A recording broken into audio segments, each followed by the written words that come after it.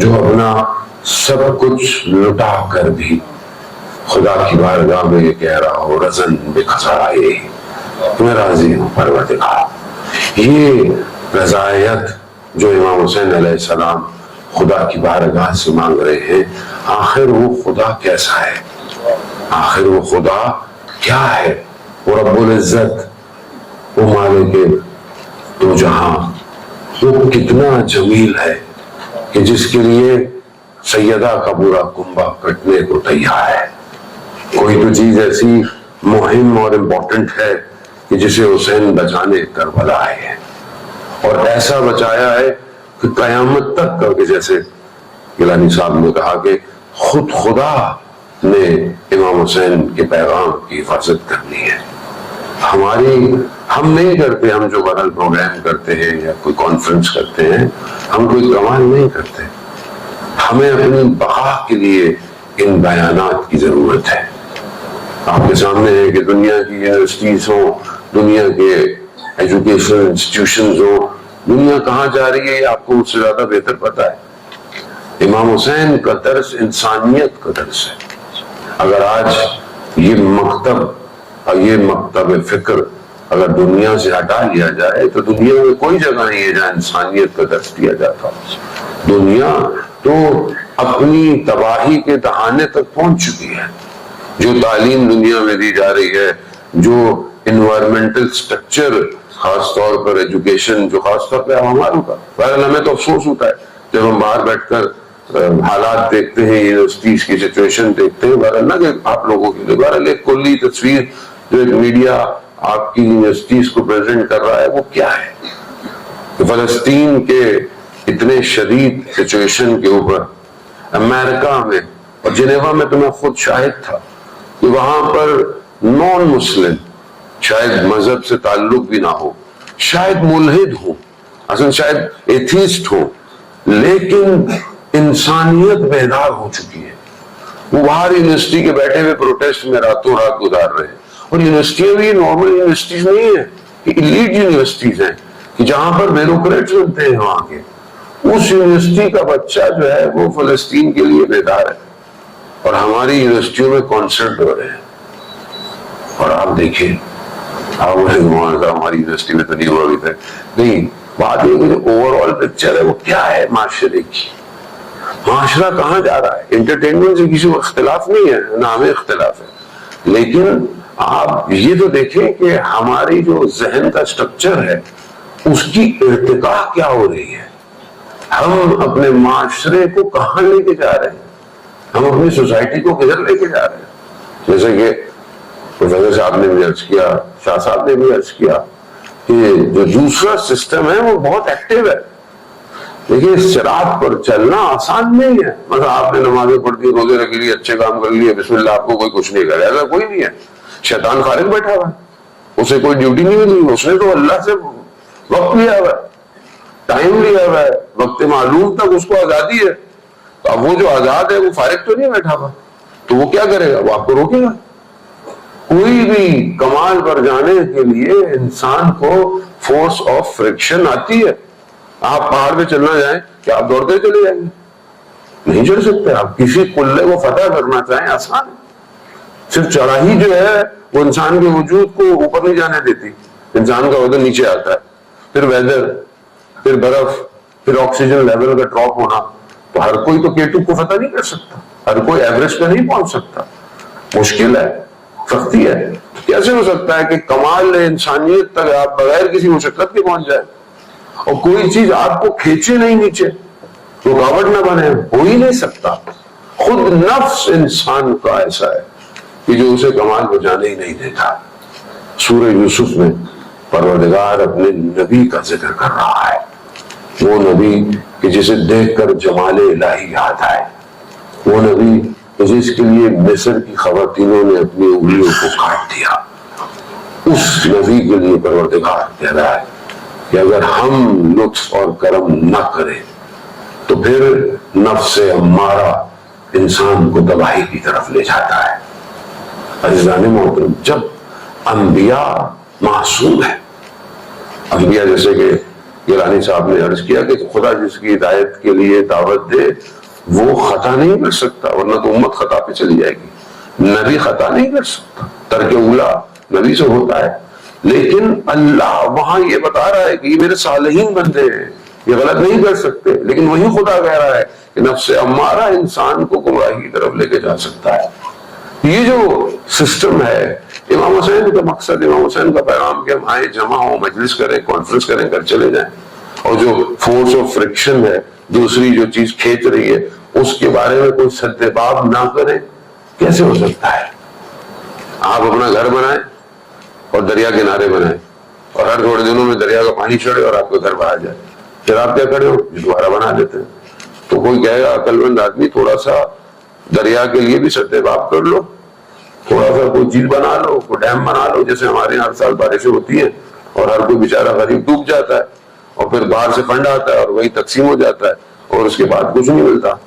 تو یہ ہمارا بھی سسٹم ایسے ہی ہے، ہماری زندگی بھی ایسی ہی ہے۔ عزیزان وہ اس سسٹم کو پہچانے کہ حسینیت کے مقابلے میں آیا، شخص نہیں ہے، سسٹم ہے۔ سسٹم اتنا اسٹرانگ ڈکلائر ہوا کہ امت رسول غافل ہو گئی، حلال حرام، حرام حلال ہونے لگا۔ اسی کو آج دیکھیں، آج کون سا سسٹم ہے؟ آج ہماری خاص طور پہ جو چیز ہمیں فلیش کر رہی ہے وہ میڈیا ہے، وہ سوشل میڈیا ہے، وہ ہماری یونیورسٹیز ہے، وہ ہمارے ایجوکیشن سسٹم ہے جہاں آپ ریپرزینٹ ہے اپنی سوسائٹی کو، اپنی کمیونٹی کو۔ یہاں پر آج کیا حرام حلال نہیں ہو رہا؟ کیا حلال حرام نہیں ہو رہا؟ جو ٹی وی سیزنز ہم دیکھ رہے ہیں، جو ٹی وی سیریز ہماری آنا شروع ہو گئی ہیں، پہلے صرف نیٹ فلکس تھا، پہلے صرف آپ تو اپنے ملک کے اپنے اندر حرام رشتوں کو کیا دکھایا جا رہا ہے۔ میں نام نہیں لینا چاہ رہا ہوتا، پرٹیکولر آپ کے لیے ڈائریکٹر کا نام لو، رائٹر کا نام لو، لیکن آہستہ آہستہ ہم اس طرف جا رہے ہیں اور کسی کو کچھ نہیں ہو رہا، سب بیٹھا پورا گھر بیٹھا ہوا دیکھ رہا ہوتا ہے۔ اور یہ یزیدیت کا سسٹم نفوذ کر چکا ہے، یہ آپ سے اسلامی اقداروں کو چھین رہا ہے۔ وہ جو قدریں اسلام نے دی تھی وہ ختم ہو رہی ہیں۔ سید الشہداء علیہ السلام کا مقصد اسلام کی بقا تھی۔ اگر آج اسلام باقی نہیں ہے، اگر اسلام کی بات نہیں ہے، تو پھر ہمارے پاس کیا ہے؟ یہاں ہمارے سارے حکمراں جب اپنی باتیں آتی ہیں تو کوئی حسینیت کے راستے میں چلنا شروع کرتا ہے، جو مقابلے میں آتا ہے سب کو یزید بنا دیتے ہیں۔ اس معاملے میں سارے ماہر ہیں ہمارے، لیکن جو یزیدیت کا سسٹم، وہ جو کرپشن، وہ جو چوری، وہ جو بے حیائی، وہ جو برائی، وہ جو جوانوں کو نشے میں ڈالا جا رہا ہے، اس کا کوئی سد باب نہیں ہے۔ وہ یزیدیت نظر نہیں آتی کیونکہ وہاں اپنا مفاد نہیں ہے۔ تو کون اس کو لوگوں کو روشناس کروائے گا؟ کون ہے جو امام حسین کے صحیح ہدف اور مقصد کو بتائے گا؟ کوئی نہیں ہے جانے محترم، خود ہیں ہم۔ اگر ہم اپنے وجود پر، جیسے کہ شاہ صاحب نے کہا کہ اپنے وجود پر اگر حسینیت کو لے آؤ تو تم بھی شفا کا باعث بن سکتے ہو، انسان بن سکتا ہے۔ سید الشہداء کا راستہ انسان کو کمال کی طرف لے کے جاتا ہے۔ آج ایک جوان امام حسین علیہ السلام سے اپنے آپ کو جوڑ کر اپنے آپ کو کیسے بچا سکتا ہے؟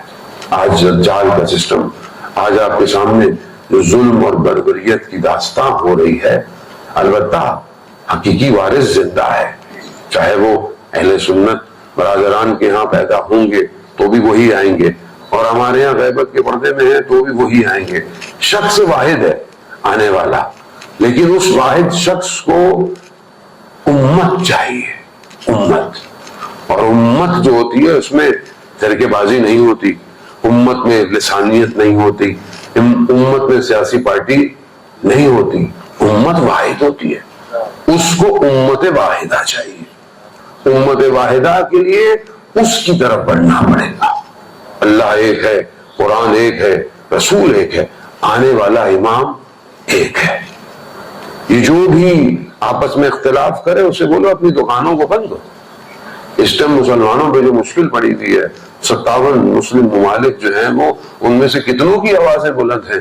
فلسطین میں صرف ہزاروں کی تعداد میں تو بچے ہیں جو مر گئے، بربریت کا شکار ہو گئے، جنگ اپنے آخری دہانے پہ کھڑی ہے، ظہور کا وقت نزدیک ہو چکا ہے۔ اب اور کتنا ہم انتظار کریں گے، یا اور ہم کتنا دیکھیں گے کہ دنیا میں ظلم اور ستم ہوگا؟ کیا ہمیں جب تکلیف ہوتی ہے تو کیا اللہ کے اس بندے کو تکلیف نہیں ہوتی جو پردہ غیبت میں ہے؟ یقیناً ہوتی ہے، لیکن وہ کیا کرے، کہاں آئے؟ کیونکہ جہاں آئے وہاں لوگ تیار ہی نہیں ہیں، لوگ اپنی زندگیوں میں مصروف ہیں، اپنے کام، اپنے کاروبار، اپنی زندگیاں چل رہی ہیں، مجھے کیا پریشانی ہے وہ کب آئے گا؟ وہ آئے گا تو میں کیا کروں گا؟ میرے پاس کوئی اسٹریٹجی ہے، میرے پاس کوئی پلاننگ ہے؟ اب چاہے آپ ڈپارٹمنٹ میں، مختلف ڈپارٹمنٹ آپ کی یونیورسٹیز میں بھی ہوں گے، اگر آپ اپنی سوچوں کی ارتقاء کو آگے نہیں رکھتے، اب آپ سوچتے ہیں کہ میں کیا کروں، مجھے اس سے کیا، تو وہ شخص جو یہ کہے کہ میں کیا کروں وہ مسلمان نہیں ہے۔ رسول خدا حضرت محمد مصطفیٰ صلی اللہ علیہ وآلہ وسلم، رسول خدا کے ارشاد گرامی ہے، بیان فرماتے ہیں کہ وہ مسلمان نہیں جو صبح اٹھے اور اسے امت مسلمہ کی فکر نہ ہو، وہ مسلمان نہیں ہے۔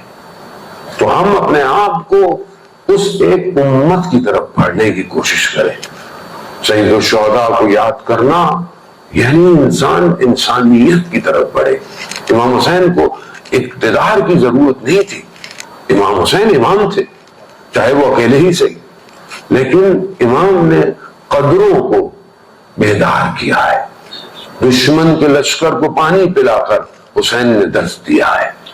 یہ امام حسین ہے، آخری وقت تک لوگوں کے سامنے کھڑے ہو کر لشکر کے، جب سب ختم ہو گیا پھر بھی یہی کہا کہ اگر ابھی بھی تم خدا کی بارگاہ میں توبہ کر لو، حسین تمہیں اپنے جوان بیٹے کا خون بھی معاف کر دے گا۔ یہاں ہدایت ہے، ان الحسین مصباح الہدی وسفینۃ النجات، ہدایت کا چراغ ہے۔ یہ ہدایت کا چراغ ہم نے روشن نہیں کیا، اس چراغ کو خدا نے روشن کیا ہوا ہے۔ اسے دنیا کی کوئی آندھی بجھا نہیں سکتی، کوئی آندھی اسے خاموش نہیں کر سکتی، یہ چلتا رہے گا۔ ہمیں اپنے اندر صلاحیت پیدا کرنی ہے کہ ہم اس روشنی سے اپنے آپ کو روشن کریں۔ یہ جو دنیا کی لیئرز ہیں، یہ محبتیں ہیں، یہ چاہے ڈیزگنیشن ہو، پوسٹ ہو، چاہے وہ کسی نہ کسی حوالے سے ایک محبتیں ہیں دنیا کی جو ہمارے اندر ہے، یہ رکاوٹ ہے ہمارے اور اس چراغ کے درمیان میں۔ اسے ہم اپنی زندگی میں عزیزان محترم دور کریں۔ جوان ہیں آپ، جوان بہت خدا کی بارگاہ میں مہم ہے، خدا کو وہ جوان بہت پسند ہے۔ مفاتیح الجناح میں شیخ عباس قمی نے اس روایات کو بیان کیا ہے شب جمعہ کے اعمال میں کہ جو جوان خدا کی بارگاہ میں شب جمعہ گریا کرے، سمندر کی مچھلیاں اس کے لیے استغفار کرتی ہیں، استغفار کرتی ہیں۔ یعنی آپ کو شیطان دھوکہ نہ دے، آپ کو آج کا سسٹم دھوکے میں نہ رکھے۔ آج یہ سوشل میڈیا کہ جہاں امپورٹنٹ بھی ہے، جہاں بہت ساری چیزیں پازیٹو بھی ہیں، وہاں اس کا مین ہدف آپ کا نفس ہے۔ دھوکہ دینا، فریب دینا، چار دیواری کو ختم کر دینا۔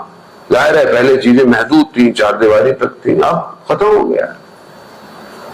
امام جعفر صادق علیہ السلام کا دور، اللہ کا دور ہے، مدینہ ہے۔ ایک جوان دوسرے شہر سے مدینہ آتا ہے اور گھر ڈھونڈتا ہے رہنے کے لیے، تو اسے ایک گھر اجارے کرائے پہ ملتا ہے۔ اس زمانے میں گھر بڑے ہوتے تھے، ایک طرف سے جاؤ دوسری طرف سے باہر نکل جاؤ، تو اسے ایک گھر کا پورشن ملتا ہے۔ تو وہ پوچھتا ہے کہ دوسری طرف کون رہتا ہے؟ کہا کہ خاتون رہتی ہے۔ کہا خاتون کس کے ساتھ؟ کہا اکیلی ہے۔ کہا تو پھر میں ایک شرط پہ گھر لوں گا کہ جب یہ جو درمیان کا دروازہ ہے یہ بند رہے گا، یہ کھلے گا نہیں۔ کہا ٹھیک ہے، رہنے لگا۔ کچھ دن گزرے، خاتون نے وہ دروازہ کھول دیا۔ اس نے کہا کہ میری تو شرط یہی تھی کہ یہ دروازہ بند رہے گا۔ کہا نہیں، ہوا جو ہے وہ وینٹیلیشن آج کی زبان میں کہ ہوا کراس ہونی چاہیے، ہوا آئے ادھر سے۔ وہ جوان تھا لیکن دین کا درد رکھتا تھا، فوراً اٹھا اور امام کی خدمت میں گیا۔ امام سے کہا مولا میں نے گھر لیا تھا لیکن اس شرط پہ لیا تھا، لیکن اب وہ خاتون جو ہے وہ میری اس شرط کو مان نہیں رہی۔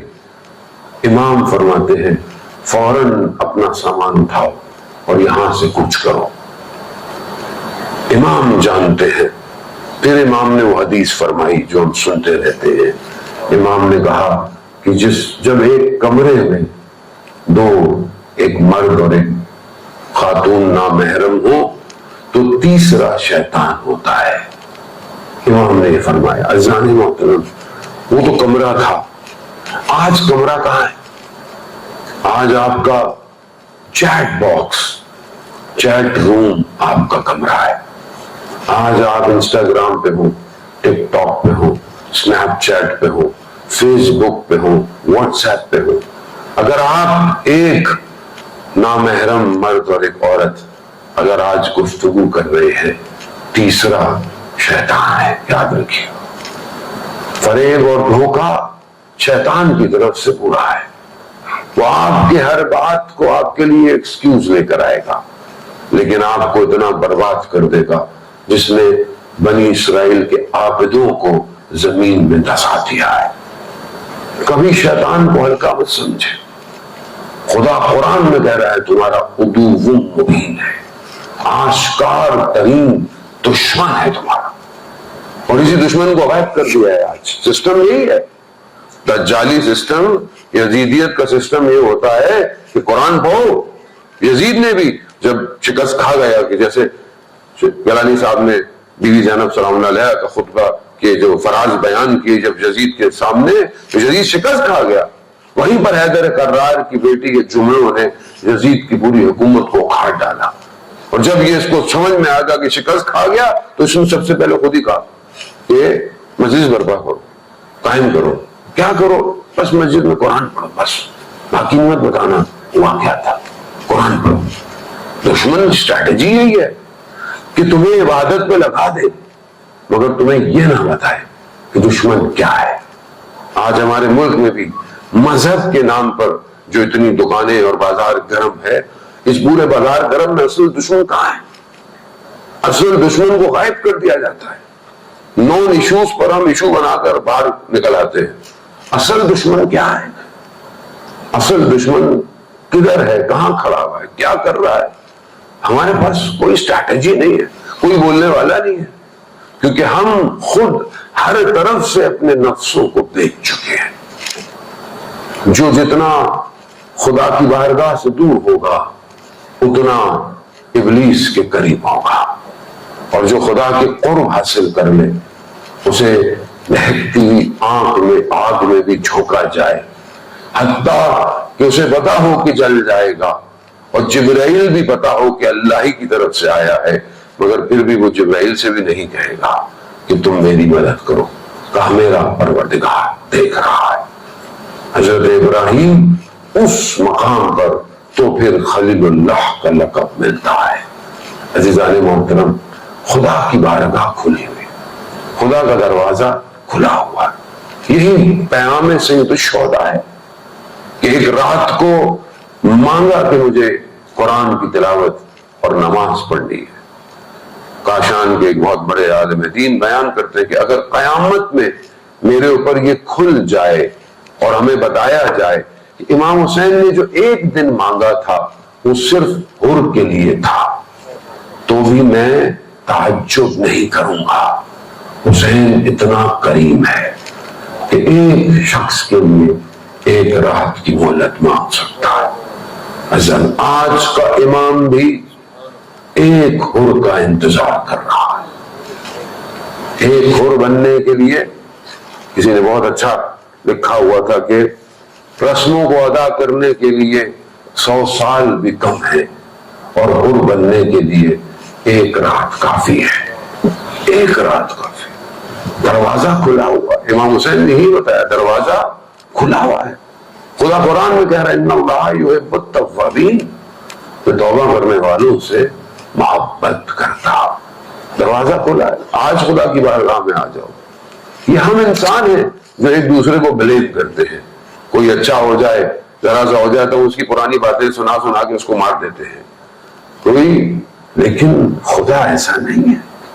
خدا کی بارگاہ میں جیسا بھی آ جائے خدا اسے قبول. حدیث قدسی ہے کہ جو کوئی بندہ خدا کی بارگاہ میں آتا ہے، پلٹتا ہے، خدا کے لیے بالکل ایسے ہے جیسے آپ صحرا میں ہوں اور آپ اپنے مال کو، سامان کو گم کر دیں.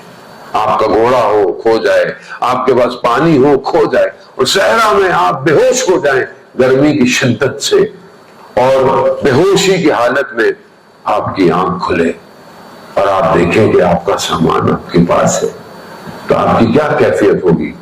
کہا خدا کی بھی وہی کیفیت ہے کہ جب کوئی بندہ اس کی بارگاہ میں آتا ہے۔ تو آپ جوان ہیں، اگر آپ چاہتے ہیں کہ وقت کے امام کی نصرت کرے تو آپ کو خدا تک پہنچنا پڑے گا۔ جب آپ اس مقام پہ پہنچ جائیں گے کہ جہاں آپ کو قرآن کی آیات سمجھ میں آئے کہ جس طرح حضرت موسیٰ کو اللہ نے وہی بھیجی کہ ایک طرف دریا ہے، ایک طرف فرعون کا لشکر ہے، درمیان میں بنی اسرائیل نے کہا موسیٰ ہم تو پھنس گئے، تو وہی نازل ہوئی موسیٰ ان سے کہہ دو میرا رب میرے ساتھ ہے۔ تو جب رب ساتھ ہو جائے تو پھر سب آپ کا ہوتا ہے۔ وہی امام گیلانی صاحب نے بھی بیان کیا سید الشہداء کے اپنے جملے کہ پروردگار جس نے تجھے پا لیا اس نے کیا کھویا، اور جس نے تجھے کھو دیا اس نے کیا پایا۔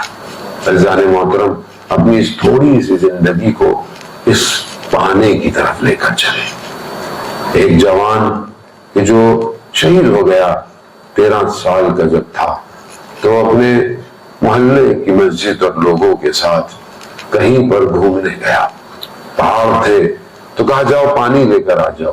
پانی لینے پہاڑوں کی وادیوں میں دیکھا تو چشمے بھی تھے، پانی تھے، ایک صحنہ دیکھا، اس نے اپنے آپ کو جھکا دیا، مڑ گیا، کچھ ایک گھر والے لوگ خواتین وہاں نہا رہے تھے، یہ مڑ گیا، 13 سال کا بچہ نوجوان تھا، خدا کی بارگاہ میں کہتا ہے پروردگار کوئی دیکھ نہیں رہا اور گناہ میرے سامنے ہے، کوئی دیکھ نہیں رہا، مگر تیری خاطر میں اپنی نگاہوں کو جھکا کر یہاں سے جا رہا۔ جیسے ہی وہ چلنے لگا تو اس پہاڑی رستے پر جو پتھر پڑے تھے ان میں سے آوازیں آئیں، سبوہم کو تو سن۔ وہ اذکار اسے سنائی دیے کہ جو ذکر انسان کھو بیٹھتا ہے۔ یسبح للہ ما فی السماوات وما فی الارض وما بینہما۔ زمین اور آسمان تسبیح کر رہا ہے۔ مجھے کیوں نہیں آواز آئی کبھی زندگی میں اس تسبیح کی؟ کیونکہ میں دنیا کے شوروں میں پھنس چکا ہوں۔ اپنے آپ کو وقت دے، اپنی قدر کرے۔ فقد عرف نفسہ عرف ربہ، جس نے اپنے نفس کو پہچانا اس نے اپنے رب کو پہچانا۔ یہی پیغام سید الشہداء کا ہے جسے لے کر وہ کربلا آئے، اور اسی پیغام کی خاطر خدا کی بارگاہ میں، اور یہی جناب زینب سلام اللہ علیہ نے خدا کی بارگاہ میں کہا۔ یہ پروفیسر صاحب نے مقتل کے جملے آپ کی خدمت میں عرض کیے کہ تقبل منا، پروردگار ہماری اس قربانی کو قبول کر۔ سید الشہداء علیہ السلام کو کتنی محبت سے رسول خدا نے بلند کیا تھا، کتنی محنت سے جناب سیدہ سلام اللہ علیہ نے انہیں پالا تھا۔ یہی کافی تھا کہ رسول خدا کے کندھوں پر سوار ہے، یہی کافی تھا کہ اپنے لبوں کو حسین کے لبوں سے لگاتے تھے۔ امت نے کیا کیا؟ مقتل کہتا ہے انہوں نے فرصت سے قتل کیا۔ جس کے پاس تلوار تھی اس نے تلوار ماری، جس کے پاس نیزے تھے اس نے نیزے مارے، جس کے پاس پتھر تھے اس نے پتھر مارے، جس کے پاس کچھ نہیں تھا اس نے اپنی ٹانگوں سے اہانت کی۔ اس طرح حملہ ور ہوئے۔ بعض مقتل کہتے ہیں جیسے بھیڑیوں کا ریوڑ حملہ کرتا ہے، ڈرتا بھی ہے حملہ بھی کرتا ہے، مگر روکنے والا کوئی نہیں تھا۔ ایک چھوٹی بیٹی ہے جو 3 سے 4 سال کی، مقتل بیان کرتا ہے، اس نے جب دیکھا کہ میرے بابا کو مار رہے ہیں وہ برداشت نہ کر پائی اور دوڑتی بھی آئی، نہ مارو میرے بابا کو، نہ مارو، مگر اس بچی کو پیار سے نہیں ہٹایا، تازیانوں تماچوں سے اسے دور کر دیا۔ عزیزان محترم، آج بھی وہ بچی شام کے زندان میں یہی پیغام دے رہی ہے، اے میرے بابا کے ظاہرو، جب بھی کربلا جانا میرا پیغام میرے بابا کو ضرور دینا۔ اللہ لعنت اللہ علی القوم الظالمین وسیعلم الذین ظلموا ای منقلب ینقلبون۔